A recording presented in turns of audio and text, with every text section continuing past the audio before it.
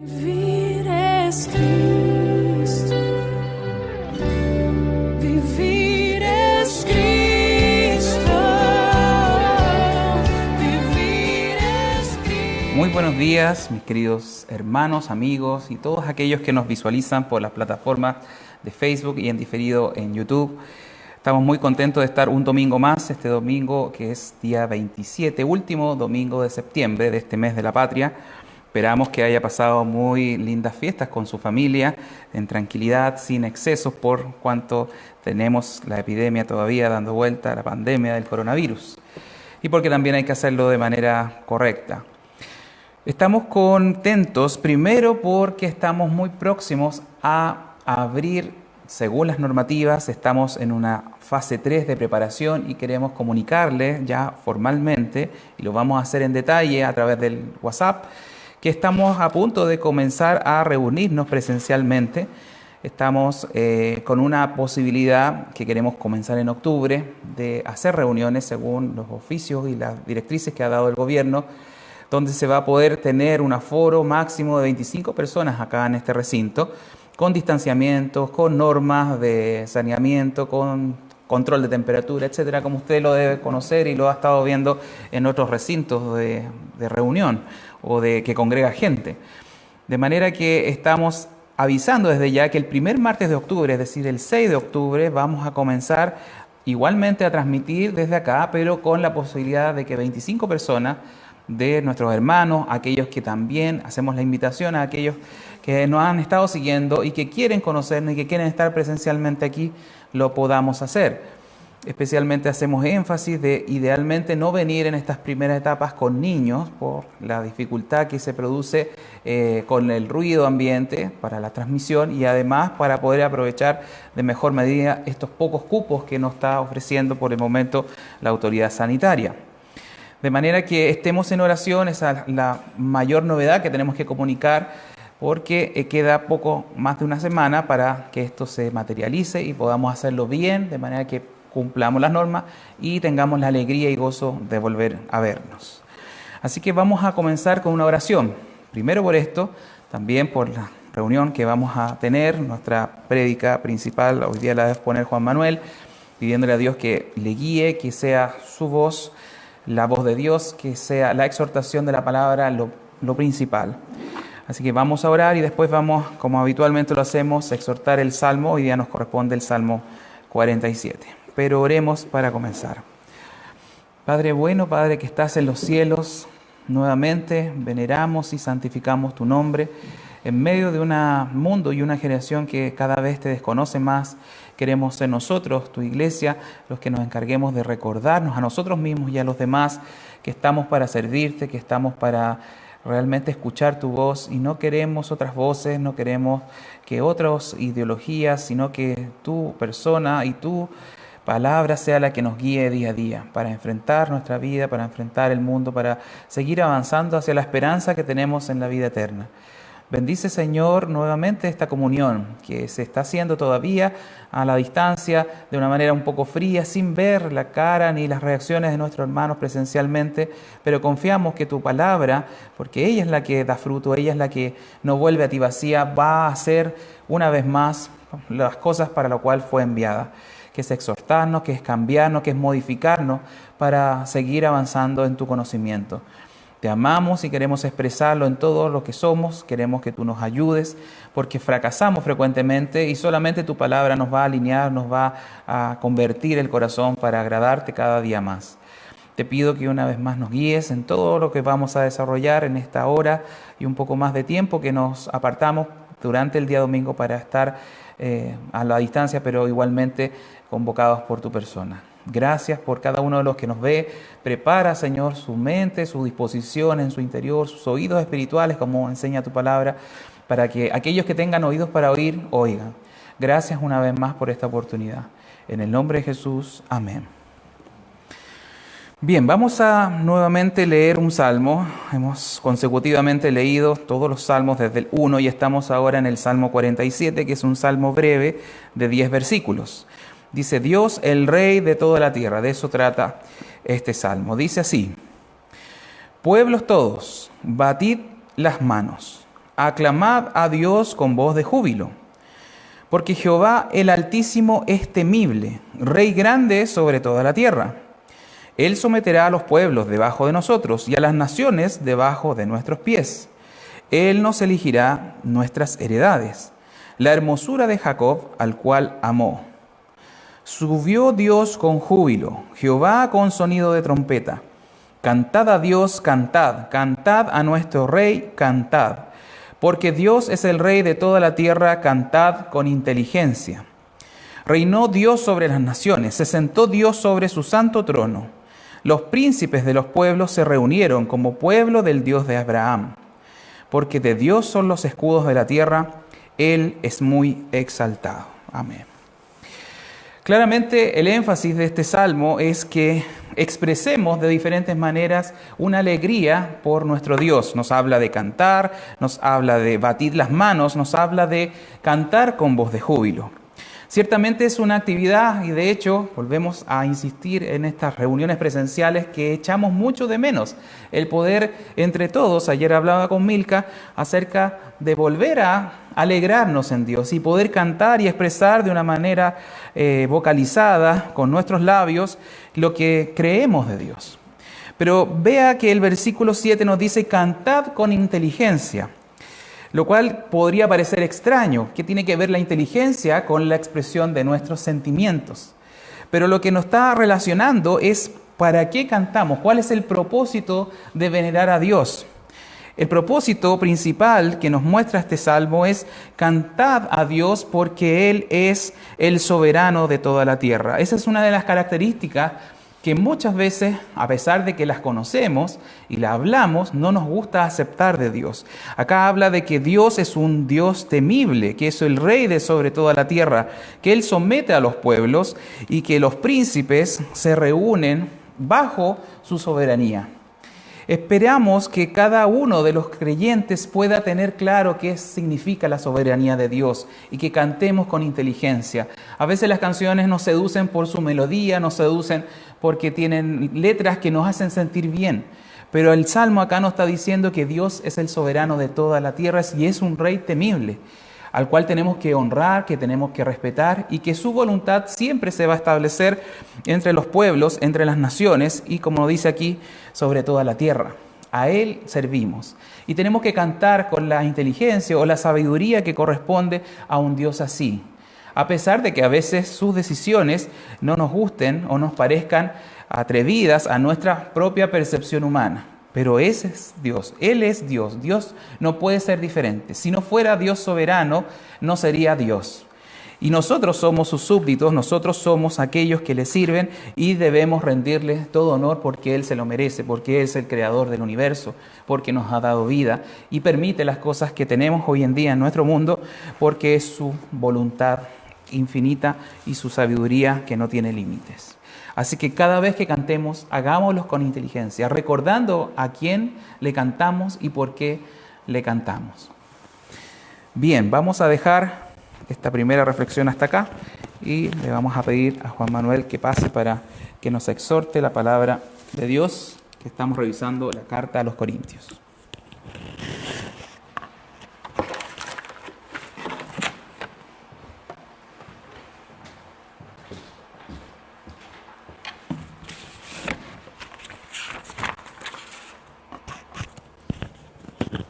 Muy buenos días, hermanos, amigos queridos.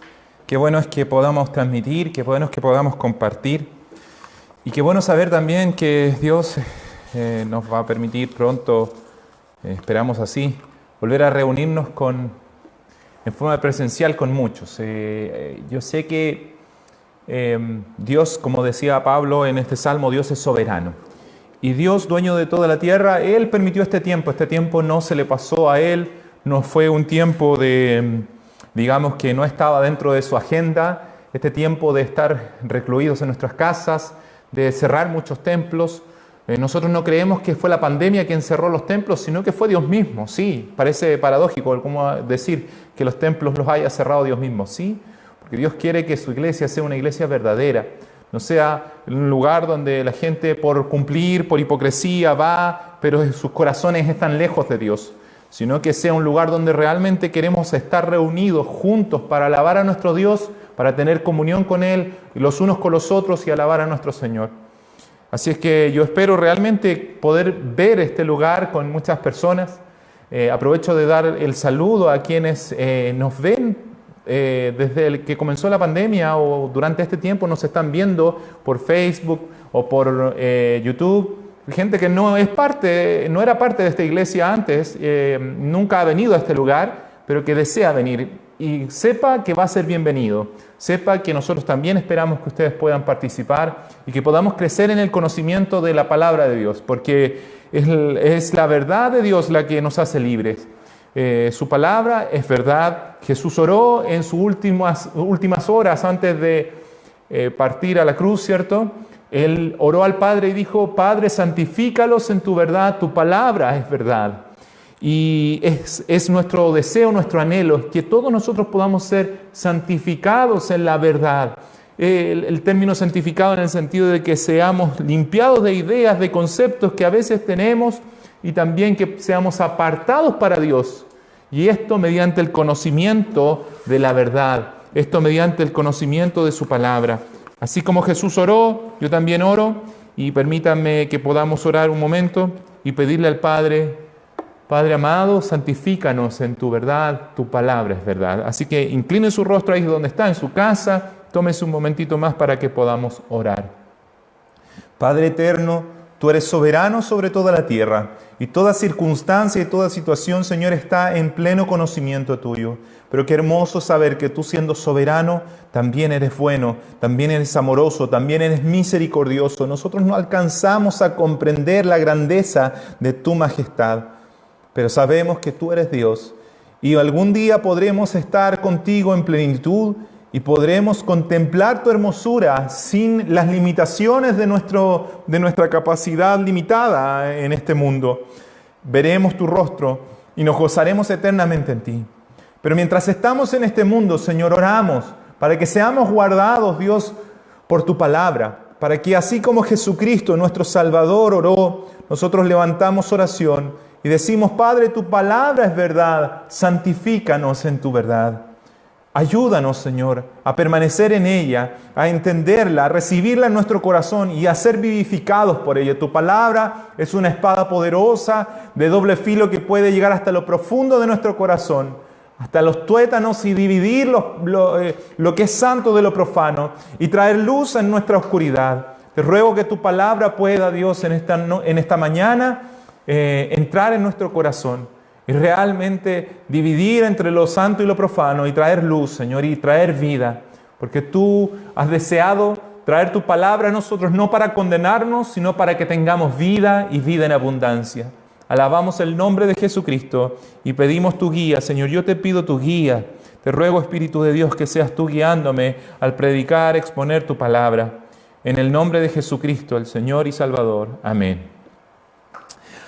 Abra su Biblia en 2 Corintios capítulo 5, versículos del 12 al 17. Estamos estudiando esta carta, la segunda carta que Pablo escribe a la iglesia de Corintios, y ya vamos en el capítulo 5. La semana pasada se analizó el versículo 10 y 11 y hoy vamos a continuar desde el versículo 12 hasta el versículo 17. Dice la palabra del Señor: no nos recomendamos pues otra vez a vosotros, sino os damos ocasión de gloriarnos por nosotros, para que tengáis con qué responder a los que se glorían en las apariencias y no en el corazón. Porque si estamos locos, es para Dios, y si somos cuerdos, es para vosotros.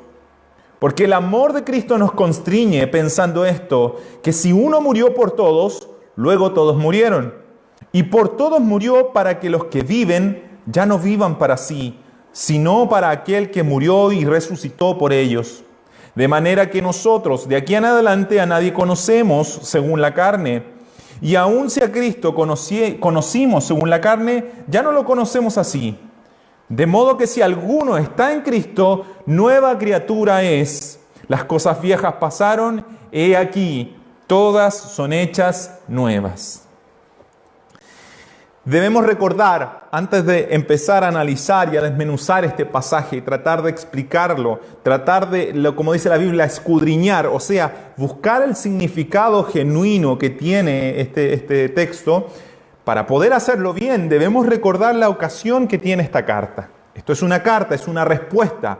Pablo está respondiendo a los corintios y tiene un motivo por el cual escribe. Eso es fundamental, porque si nosotros no lo hacemos así, no recordamos esto, que es una carta y que tiene un motivo, podemos sacar conclusiones totalmente erradas y de alguna forma ofender a Pablo, por decirlo de alguna manera, ofender al apóstol en el sentido de que tomar sus palabras y tergiversarlas y llevarlas hacia un conocimiento que no tiene nada que ver con lo que él está diciendo.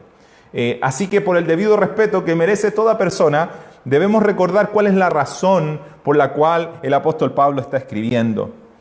Y él escribe a modo, entre otras cosas, de defensa contra maestros judaizantes que habían llegado a esta iglesia de Corinto, una iglesia que Pablo había fundado, que Pablo había establecido en esa ciudad griega, y después de su salida llegaron maestros judaizantes que empezaron a denostar la autoridad de Pablo, del apóstol. Empezaron a atacarlo y a decir que él era un hombre poco confiable, que era un hombre débil, que él no tenía papeles de recomendación, que él era perseguido, que a él lo habían apedreado, por lo tanto él no podía ser un verdadero apóstol porque sufría mucho. Como un verdadero apóstol de Jesucristo iba a pasar las pellejerías que pasaba Pablo. De esa manera se le atacaba al apóstol y Pablo escribe esta carta. Vamos a ver más adelante cómo él defiende su apostolado, pero este pasaje es muy interesante porque Pablo nos quiere decir que no pretende defender su apostolado por defenderse a sí mismo, sino por defender el evangelio, por defender el mensaje, porque al atacarlo a él estaban atacando la comisión que él tenía, la predicación del evangelio.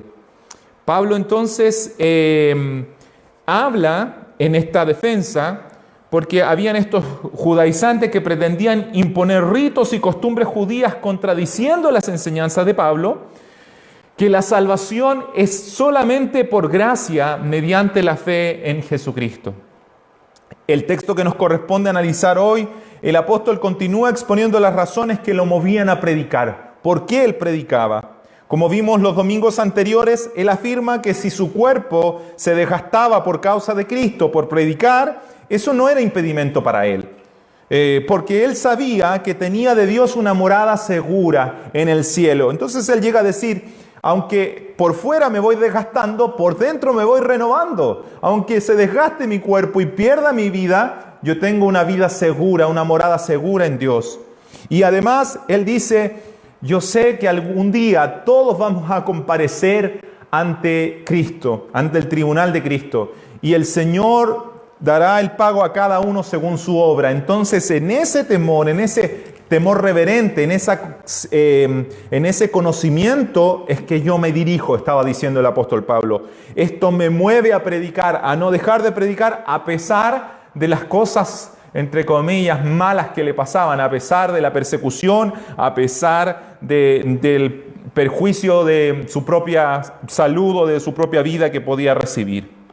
En el versículo que se analizó la semana pasada, el versículo 11 del capítulo 5 de 2 de Corintios, Pablo sentencia, conociendo pues el temor del Señor, persuadimos a los hombres, pero a Dios le es manifiesto lo que somos y espero que también lo sea a vuestras conciencias. Queriendo decir que sabía que todos nos vamos a presentar un día delante de Cristo. Y que él predicaba y había vivido dirigido por esta conciencia de que todos vamos a rendir cuentas ante el juez justo. Y los corintios que vivieron 3 años con él podían dar testimonio que realmente Pablo había vivido de esa manera. Entonces por eso él dice, espero que lo sea también a vuestras conciencias. Ustedes saben cómo yo me manejo, cómo yo me movía, cómo era yo, cuál era mi actitud, etcétera. Y sabían igualmente que Pablo se conducía en todo asunto con esa perspectiva de aquel día que se presentaría delante de su Señor y de la vida eterna. En esta defensa que el apóstol Pablo está haciendo, el Espíritu Santo lo guía a escribir de tal manera que deja establecido con claridad que el Evangelio y la salvación del cristiano no es una obra humana, sino que es una obra de Dios. No es una obra de hombres, es decir, no es una obra que tenga que ver con capacidades o argumentos humanos, no tiene que ver con filosofías o creencias que pudieran equipararse, sino que es algo mucho mayor a lo que el hombre puede llegar a hacer o inventar. El Evangelio es una nueva creación, algo que solo Dios puede hacer. Aquel que de la nada lo hizo todo es el mismo que a través de la predicación del Evangelio trae a vida a hombres que están espiritualmente muertos. Pablo deja cimentado en estas palabras que la obra del Evangelio no es una obra de hombres, sino es la obra de Dios en el corazón de los hombres. De la nada crear algo, de corazones muertos espiritualmente, crear corazones llenos de fervor y de pasión por Dios, de personas enemigas de Dios como lo era Él y totalmente incrédulas a personas convencidas hasta la muerte de la verdad de Jesucristo. Pablo empieza aquí a declarar y a dejar cimentado, y es el Espíritu de Dios en Pablo, quien lo inspira a escribir esto que vamos a analizar hoy y que lleva a poner la base de que esto no es una obra humana, no es convencimiento humano, no es un pensamiento positivo, no son filosofías o ideas que van a engañar, engatusar a las personas, porque eso no trae vida al corazón, eso no permite conocer realmente a Dios. Solamente Dios es aquel que puede despertar a los muertos, solamente Dios es aquel que puede iluminar el conocimiento de hombres que son enemigos de Dios, como decía, como el mismo apóstol Pablo lo era. Permítame entonces dividir lo que vamos a analizar hoy día, el capítulo 5 de 2 de Corintios, desde el 12 al 17, permítame dividirlo en 3 secciones para que podamos ir analizando y de esta manera pueda ser más fácil observar lo que estoy diciendo. Que lo que estoy diciendo que es que el Evangelio y la salvación del alma es una obra divina y no es una obra de hombres. No se trata de una obra humana, sino de Jesucristo. La llave para poder comprender la Biblia no es la inteligencia, no es un nivel de CI, no es un curso discipulado en cierta manera. La clave para entender la Biblia se llama Jesucristo. Jesucristo mismo, Él dijo: escudriñen las Escrituras, le dijo a los fariseos que sabían el Antiguo Testamento de tapa a tapa. Y le dice Jesús a ellos: escudriñenlo, estúdienlo, porque a ustedes les parece que en ella tienen la vida eterna. Y ellas son las que dan testimonio de mí, le dice Jesús. Queriendo decirle: vayan a la Biblia, estúdienla. Pero la llave para entender la Biblia soy yo, porque de mí escribió Moisés. La Biblia entera habla de mí. Yo soy el centro de la Biblia y el sentido de la Biblia y el propósito de la Biblia. Jesucristo, el Señor, es quien hace posible lo imposible. Por eso Él dijo, frente a la tumba de Lázaro: el que cree en mí, aunque esté muerto, vivirá. Hoy quisiera que podamos entender que el Evangelio no es de hombres ni para gloria de hombres, sino de Dios y para la gloria de Dios. Vamos entonces a 2 de Corintios capítulo 5, ya lo leímos, pero vamos a leer el versículo 12 y 13 nuevamente, y le he puesto como subtítulo a esta parte: pertenencia de Dios, no de nosotros, sino de Dios. Versículo 12 dice: no nos recomendamos pues otra vez a vosotros, sino os damos ocasión de gloriarnos por nosotros, para que tengáis con qué responder a los que se glorían en las apariencias y no en el corazón. Porque si estamos locos es para Dios, y si somos cuerdos es para vosotros. Como les decía, Pablo venía haciendo toda una autodefensa, y lo hace durante esta carta, respecto a su apostolado, porque era su apostolado el que estaba siendo atacado. Pero él tiene que llegar a decir: mire, yo no escribo todo esto para recomendarme de nuevo y para decir que yo soy alguien importante. No nos recomendamos pues otra vez a vosotros, sino que os damos ocasión de gloriarnos por nosotros. Está diciendo, sino que debo decir todo esto para que ustedes tengan la tranquilidad de que quien les ha enseñado, de que quien les ha hablado el Evangelio es alguien que lo hace de manera sincera, es alguien que lo hace de corazón, es alguien que realmente ha sido transformado por el poder de Dios y no alguien que lo hace por las apariencias. Estos maestros judaizantes que habían llegado venían con cartas de recomendación, venían con títulos y decían, bueno, estudié en la universidad tanto, estudié en el lugar tanto, entonces escúchenme. Pero no tenían fruto en sí mismos. Eran lobos con pieles de oveja. Eran personas que en realidad lo que querían era tener una ganancia deshonesta. En cambio, Pablo dice, miren, yo digo todo esto, lo que he pasado para que ustedes se gloríen en que quien le enseña no es alguien que lo hace por las apariencias, sino que lo hace de corazón, que lo hace de verdad. Porque si estamos locos, porque así se le trataba a Pablo, le decían, él está loco. Mírenlo cómo se le ocurre a él ir a predicar a una ciudad donde lo quieren matar, donde lo van a apedrear, donde lo expulsan. Pablo entonces dice, mire, si yo estoy loco, es para Dios. Pertenezco a Dios, soy de Él, Él me conquistó, Él me alcanzó, soy de Él. Por lo tanto, lo que hago, lo hago para Él. Si alguien considera que lo que yo hago es locura, esta locura es para Dios. Esta locura no es para los hombres. No lo hago para agradar a los hombres, sino lo hago para agradar a Dios. Dice, y si somos cuerdos, es para vosotros. Queriendo decir, o sea, si ustedes entienden lo que yo estoy explicando, lo que yo les estoy enseñando, es para su beneficio, es para ustedes.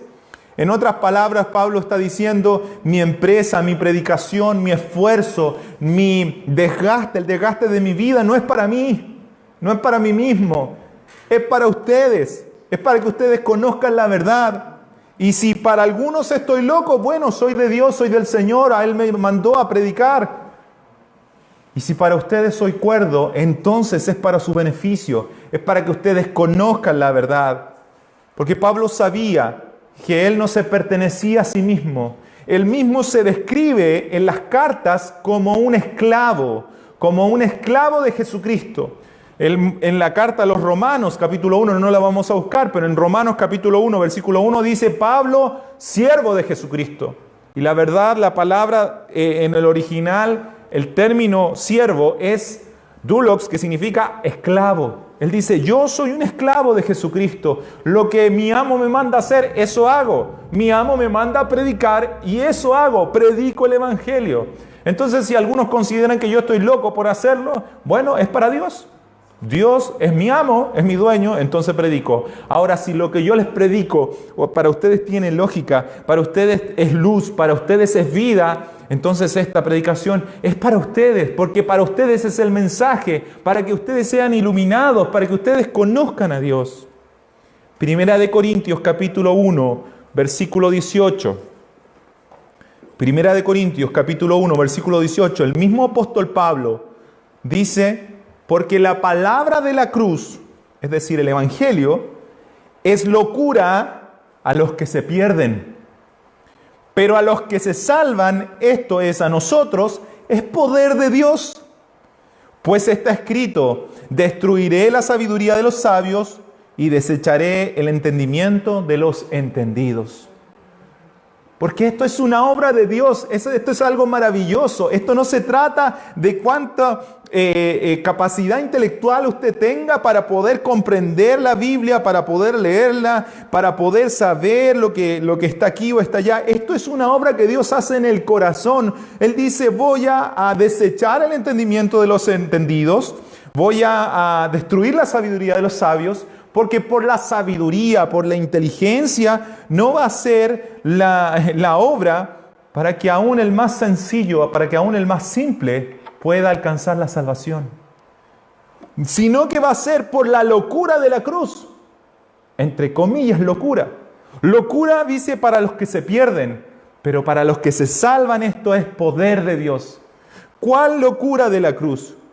Que por la muerte de un hombre podemos alcanzar perdón y salvación todos aquellos que creemos en aquel hombre que murió crucificado en nuestro lugar. Eso es lo que Pablo predicaba, eso es lo que él se desgastaba. Pablo dice, no me predico a mí mismo, no nos predicamos a nosotros, sino a Jesucristo y a este crucificado. Este es nuestro mensaje, para eso estoy aquí. Y si alguien me considera loco, si alguien piensa que que perdí el sentido, bueno, es para Dios. Es para Dios, no voy a cambiar mi mensaje por agradarlo, porque pertenezco a Dios. Ahora, si usted lo está entendiendo y está recibiendo, entonces es porque Dios ha venido a su vida, es porque Dios está haciendo una obra en su corazón, porque esto no es nuestro, sino que esto viene de Dios. Volvamos a 2 de Corintios, ahora el versículo 14 y 15. Que le he puesto por subtítulos conquistados por Cristo. Porque esto es una obra de Dios, le pertenece a Dios, fue Dios quien la preparó, incluso dice la Biblia, antes de la fundación del mundo, y una obra que fue lograda por Jesucristo. Dice el versículo 14, 2 Corintios capítulo 5, versículo 14 y 15, dice, porque el amor de Cristo nos constriñe pensando esto, que si uno murió por todos, luego todos murieron. Y por todos murió para que los que viven ya no vivan para sí, sino para aquel que murió y resucitó por ellos. Parte diciendo el apóstol, porque el amor de Cristo nos constriñe. Lo que nos mueve, lo que nos obliga a predicar es el amor de Cristo. Mire qué tremendo esta declaración que él está haciendo. Pablo está explicando cuál era la razón por la cual él seguía predicando. De eso viene hablando en toda esta carta. Él está diciendo, mire, yo predico porque sé que algún día me voy a presentar delante de él y tendré que dar cuentas. Yo predico porque tengo una morada segura y aunque pierda mi vida, sé que Dios me va a dar un cuerpo glorificado. Y ahora dice, yo predico porque el amor de Cristo nos constriñe. La palabra constreñir tiene que ver, es un término más bien negativo, en el sentido de que es algo que nos obliga, que constreñir, un sinónimo podría ser eso, obligar, o sentirse oprimido, sentirse apretado. Pero aquí no está puesto en un sentido negativo, sino que está puesto en el sentido de que el amor de Cristo es tan tremendo que no podemos dejar de predicar. El amor de Cristo nos constriñe. Pablo, al mirar a Jesucristo, lo que Jesús había hecho, lo obligaba a hacer una sola cosa, predicar una y otra vez el Evangelio. Él no podía dejar de predicar, no miraba las circunstancias, no miraba incluso su propio perjuicio. ¿Por qué? Porque decía, yo miro a Jesucristo, miro su amor derramado en esa cruz y no puedo hacer otra cosa más que predicar, hablar una y otra vez y decir que Él es el Salvador del mundo, decir que Él es el Mesías, que Él es el que había sido prometido, que Él es la respuesta. No puedo dejar de anunciar porque hay almas que claman por salvación, porque hay almas que piden ayuda, que dicen a Dios, si estás ahí, ayúdame. ¿Cómo no voy a predicar si hubo uno que derramó todo su amor para salvarnos? Derramó todo su cuerpo para salvarnos. Entonces él dice, porque el amor de Cristo nos constriñe pensando esto, que si uno murió por todos, luego todos murieron. Este juego de palabras está reforzando la idea de que la salvación es por gracia, que la salvación es un regalo, que la salvación es una conquista que Cristo logró por nosotros, que el perdón de nuestros pecados, que el reconciliarnos con Dios fue conquistado por Jesús en la cruz. Dice que si uno murió por todos, luego todos murieron. Está queriendo decir que si uno pagó la deuda de todos, entonces la deuda de todos está pagada. Entonces, si Cristo puso el precio necesario para la salvación de muchos, esos muchos, es como si ya hubiesen pagado, es como si ya hubiesen muerto, como si ya no tuvieran deuda, porque Jesús pagó la deuda. Eso es lo que está diciendo en este pasaje. Y por todos murió, versículo 15, para que los que viven, esto es, los que entendemos el mensaje, los que creemos en él, ya no vivan para sí, sino para aquel que murió y resucitó por ellos. Conquistados por Cristo, conquistados por el amor de Jesucristo. Pablo está diciendo, yo ya no vivo para mí. Él lo dice más adelante, dice, para mí el vivir es Cristo. Ya no vivo para mí, fui conquistado por el amor de Jesucristo. Al mirarlo a Él, fui conquistado y ya no puedo hacer otra cosa más que predicar a mi Salvador. Y esto, vuelvo a decirlo, es una obra de Dios en el corazón, es un milagro que Dios hace.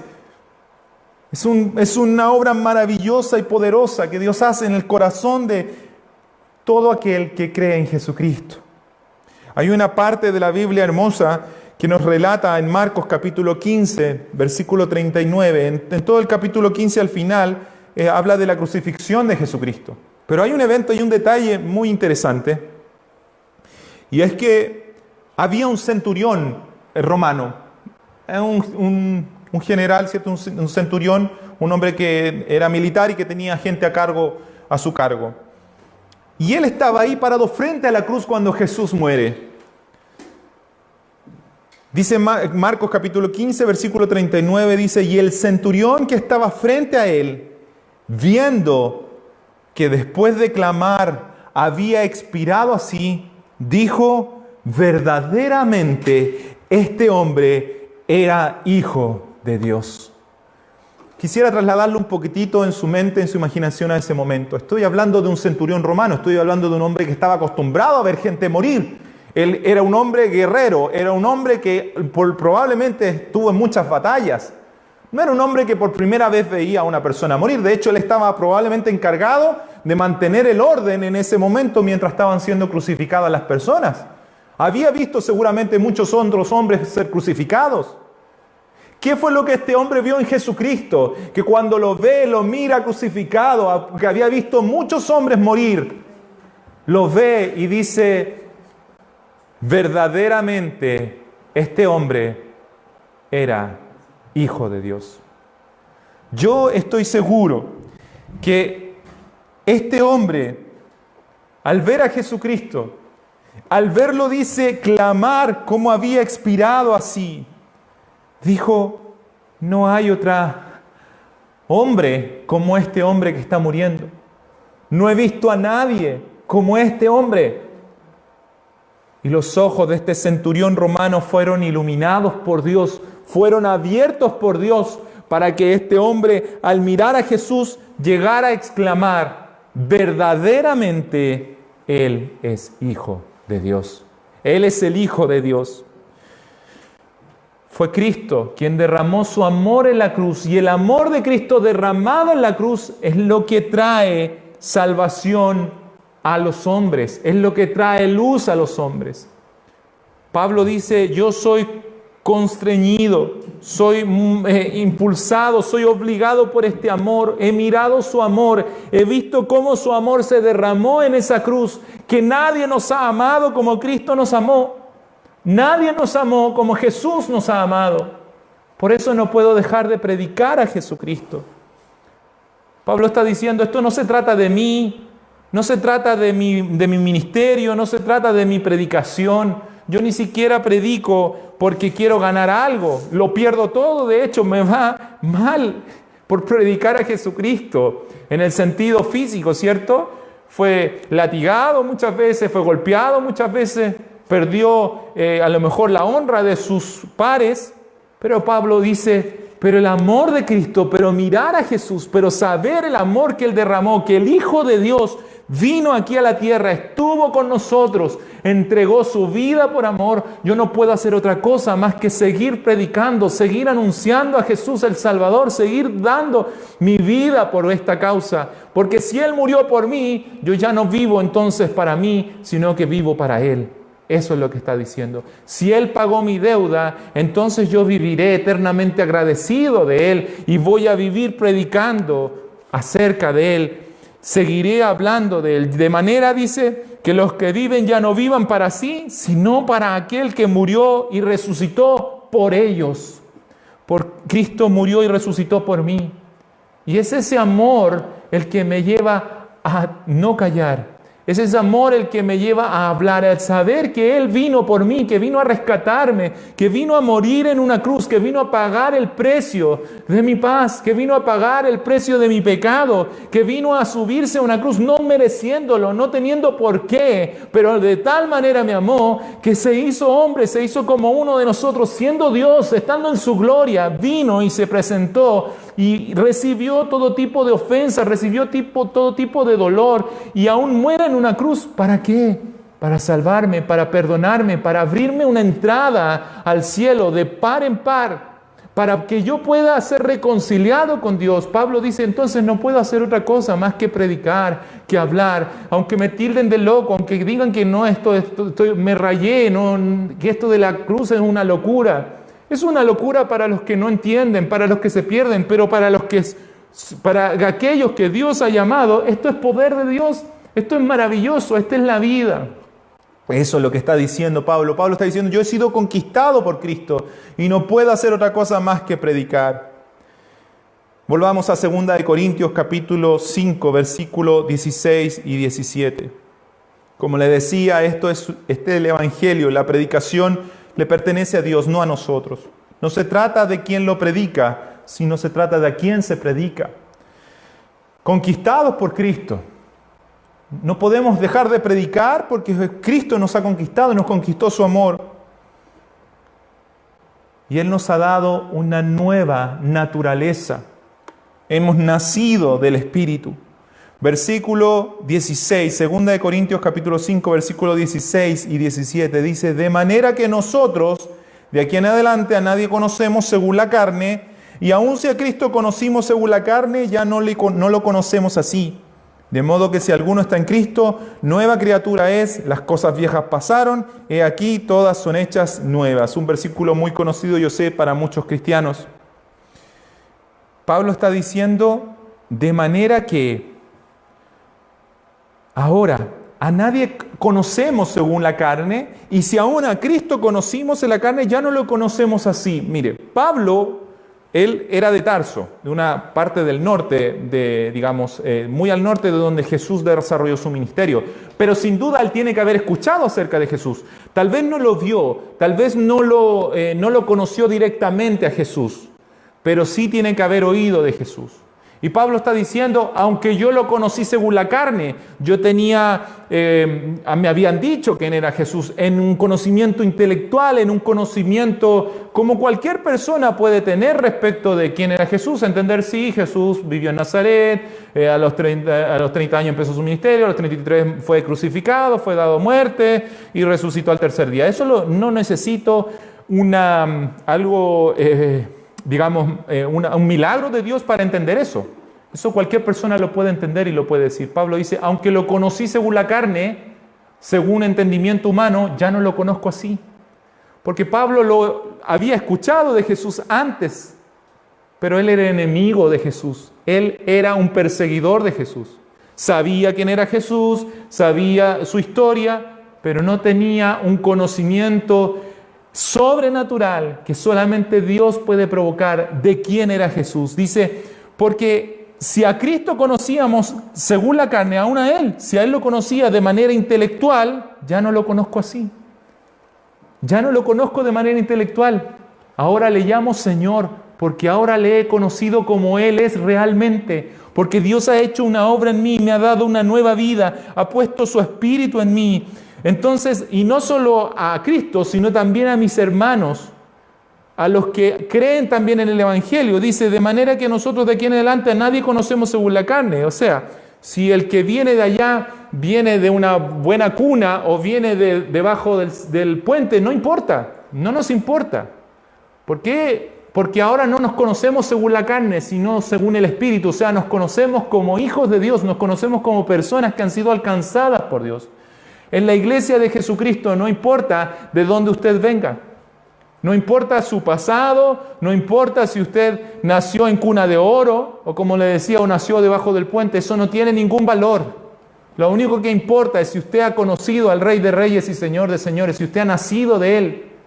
Y nuestra relación entre nosotros no debe ser no es según el apellido que tenga la persona. Ah, este tiene un mejor apellido, yo me relaciono con él. Él no es así, no es según la carne, y tampoco es según un conocimiento humano, sino que es un saber que el mismo milagro que ocurrió en mí ocurrió en mi hermano. El mismo milagro de ver a Jesucristo ocurrió en los que nos reunimos. ¿Por qué nos reunimos? ¿Por qué predicamos a Jesucristo? Porque Dios nos conquistó con su amor. Porque Él hizo una obra sobrenatural en nosotros. Esto no es una obra de hombres, como le decía, sino es la obra de Dios en nuestros corazones. De manera que nosotros de aquí en adelante a nadie conocemos según la carne. Y aun si a Cristo conocimos según la carne, ya no le conocemos así. De modo que si alguno está en Cristo, nueva criatura es. La palabra criatura literalmente está diciendo que es una nueva creación. Es algo que Dios creó de nuevo. Está diciendo en su interior esa persona ahora es una creación distinta, no una creación carnal, física, sino una creación espiritual. Realmente, y por eso podemos ser llamados hijos de Dios. La Biblia dice que a los que creen en su nombre les dio potestad de ser llamados hijos de Dios. A los que le reciben, a los que creen en su nombre. Juan capítulo 1, ¿cierto? Versículo 12. A los que creen en su nombre, a ellos les ha dado una potestad, les ha dado un derecho legal, les ha dado una capacidad de ser hechos hijos de Dios. Porque han nacido del Espíritu, porque han nacido de un milagro. Esto no es una obra natural, sino es una obra sobrenatural que Dios hace en el corazón de aquellos que miran a Jesús, que son conquistados por su amor. De modo que si alguno está en Cristo, nueva criatura es. O sea, tiene una comprensión de la vida, del mundo, de todo de una manera diferente. Ya no según la carne, ya no según sus propios pensamientos. Como muchos dicen, sí, yo creo en Dios, pero creo en mi manera. Sino según la verdad. O sea, ahora ya no dice yo creo en Dios a mi manera, yo creo en Dios a su manera ahora, porque le he conocido. Yo antes creía en Dios a mi manera, pero ahora creo en Dios a su manera, a como es Él realmente, porque le he visto, le miré cara a cara. Y uno dirá, pero ¿cuándo? ¿En qué momento usted le miró cara a cara? En Jesucristo, en su amor, en esa cruz. Vi cara a cara a Dios muriendo en una cruz, en amor, por amor a mí. Vi a Jesucristo vi a Dios derramando su sangre por amor a mí. Le he mirado, le he visto, y por eso puedo decir que ya no creo en Dios a mi manera, sino que creo en Dios a su manera, a la manera de Él. Por lo tanto, somos nuevas criaturas, tenemos una comprensión del mundo de una manera totalmente distinta, no de una manera carnal. Esto no se trata de intelectualismo, no se trata de capacidad mental, no se trata de inteligencia, aunque sin duda la inteligencia Dios la ha dado para que podamos entonces comprender mejor y poder explicarlo a otros. Pero lo que sucede en el corazón es algo que solamente Dios hace, que Dios puede hacer, y lo hace cuando usted levanta sus ojos y mira a Jesucristo, el Señor. De modo, dice, las cosas viejas, de modo que si alguno está en Cristo, nueva criatura es, las cosas viejas pasaron y aquí todas son hechas nuevas. Si hay alguien que podía decir esto con total, digamos, con total seguridad y con total claridad, era Pablo. Pablo fue un fariseo criado a los pies de los mejores maestros fariseos, de los mejores religiosos, que llegó a ser enemigo de Dios y que comprendía la Biblia, se la sabía el Antiguo Testamento de tapa a tapa, era celoso de cumplir las leyes, riguroso, sabía que hasta qué punto tenía que llegar, qué era bueno, qué era malo, y lo manejaba y trataba de vivir de esa manera. Conocía a Dios según la carne. Y él era un hombre que vivía creyendo que estaba haciendo lo correcto, pero sin embargo era enemigo de Dios. Hasta que Cristo aparece en su vida, se le aparece en su camino y le dice, Pablo, ¿por qué me persigues? Pablo le dice, ¿quién eres, Señor? Yo soy Jesús a quien tú persigues. Tú creyendo que estás agradando a Dios al ir en contra de los que hablan de mí, tú estás yendo en contra de aquello que te da la vida, de aquello que te ha dado todo. Pablo conocía según la carne la Biblia, según la carne conocía el mundo, según la carne interpretaba todo, pero cuando vio a Jesucristo, entonces todas las cosas viejas pasaron y fueron hechas nuevas en su vida. Su comprensión, su entendimiento respecto al mundo, respecto a la vida, respecto a Dios mismo, a su propia religión, cambió, dejó de ser. Y aquí fueron hechas nuevas por un milagro que Dios hizo. No fue la capacidad intelectual de Pablo que lo llegó a hacer entender, oh, verdad, yo estaba equivocado y debo caminar por este otro lado. No, fue Dios que hizo el milagro. Y siempre es así. Es Dios quien hace el milagro. Es Dios quien viene a nuestra vida. Es Dios quien nos hace caer del caballo, como Pablo se cayó, para que nos rindamos ante Él y digamos, Dios, tú eres el Señor, así como Pablo lo dijo. Ya estoy terminando. Juan capítulo 14, versículo 19, Jesús dice, todavía un poco y el mundo no me verá más, pero vosotros me veréis, porque yo vivo, vosotros también viviréis. En aquel día vosotros conoceréis que yo estoy en mi Padre y vosotros en mí y yo en vosotros. Jesús, antes de ser crucificado, en la noche antes de su crucifixión, es que Él viene y le dice esto a sus discípulos. Dice, todavía un poco y el mundo no me verá más.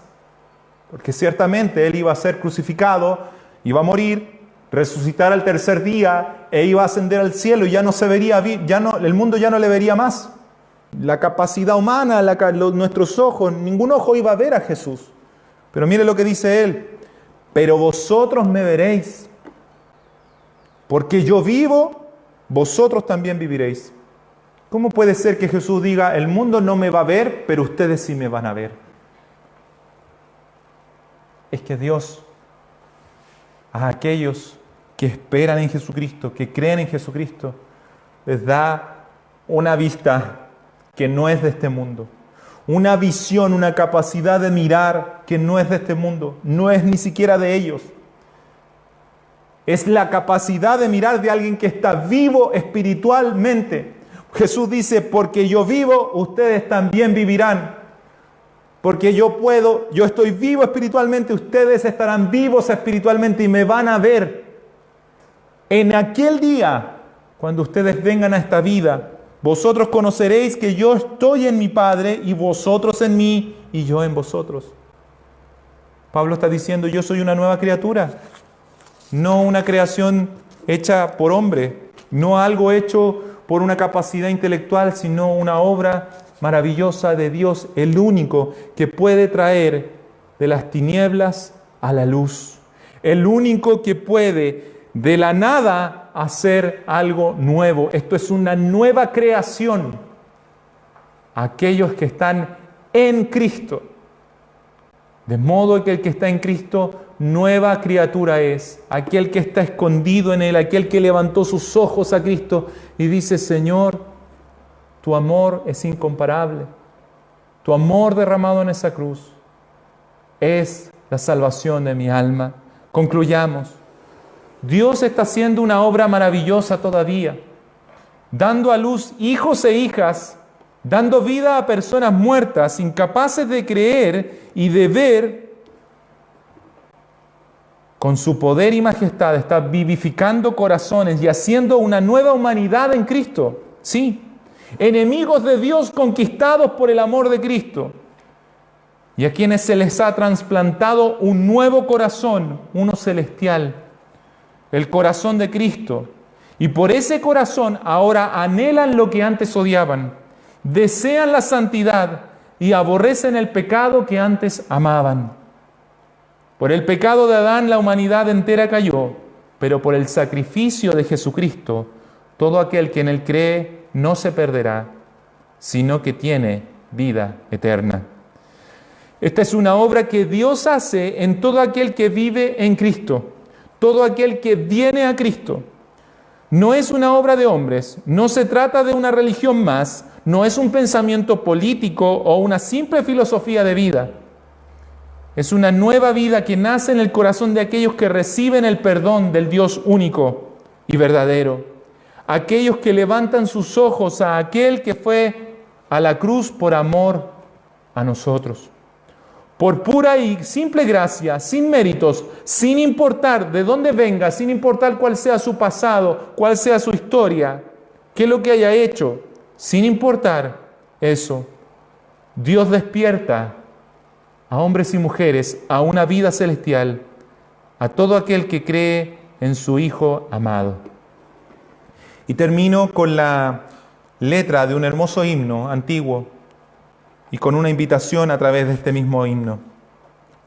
Dice: pon tus ojos en Cristo, tan lleno de gracia y amor, y lo terrenal sin valor será a la luz del glorioso Señor. Este es el llamado que Dios hace a los corazones. Pon tus ojos en Cristo. Pon tus ojos en ese hombre, así como el centurión puso los ojos en Jesucristo, el que estaba muriendo, y su amor fue revelado al corazón de este hombre. Así como Pablo miró a Jesucristo y el amor de Dios fue revelado a su corazón. Pon tus ojos en Cristo, tan lleno de gracia y amor, y lo terrenal sin valor será a la luz del glorioso Señor. Cuando miramos a Cristo, lo terrenal deja de ser importante. Lo terrenal deja de tener ese valor tan poderoso que a veces tiene. El hombre vive tan agobiado y tan preocupado por lo terrenal. Y nuestro país está convulsionado precisamente por eso. Solamente por lo terrenal. Por lo terrenal, por lo de ahora. Por lo que va a pasar, por lo que no pasa. Por lo que debería pasar. Pon tus ojos en Cristo. Y lo terrenal va a perder su valor y vas a ver lo celestial. Oh alma cansada y turbada, sin luz en tu senda andarás. Al Salvador mira y vive. Del mundo la luz es su faz. Jesucristo es la luz del mundo. No nos recomendamos a nosotros mismos, una vez más. No se trata de nuestro evangelio, de nuestro mensaje. Se trata de Jesucristo. Y si somos locos, y si parece locura, es para Dios. Porque esto no nació de nosotros, sino que nació en Dios, aún antes de que el mundo fuera. Y si predicamos es porque el amor de Cristo nos obliga a hacerlo. Conocer el amor de Cristo es lo que nos obliga a predicar, es lo que nos impide callar. Y vivir para nosotros mismos, vivir en la comodidad buscando las cosas de este mundo. No, vivimos buscando a aquel que está en el cielo y que muchos más conozcan esta verdad.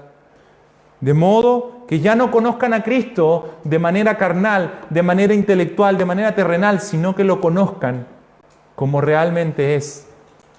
Él es el Hijo de Dios. Él es el Mesías. Él es el Salvador. Él es aquel que puede traer vida a los que están muertos. Él es aquel que puede hacer una nueva creación en hombres y mujeres comunes y corrientes, y hacer que todas las cosas viejas, que todo lo que ha vivido en esta tierra quede atrás y usted sea una nueva criatura creada según Dios, porque por Él todas las cosas son hechas nuevas. Esta es la invitación que el Señor nos hace y que espero que usted pueda responder a esta invitación y pueda recibir este mensaje, no como nuestro mensaje, sino como el mensaje de Jesucristo. Oremos. Bendito Dios y Padre Celestial, ayúdanos a poder comprender, a poder entender y tener el corazón abierto para recibir tu palabra, para recibir tu mensaje. Perdónanos porque muchas veces nosotros con nuestra preocupación terrenal, con nuestra mirada puesta en este mundo, estorbamos a tu palabra.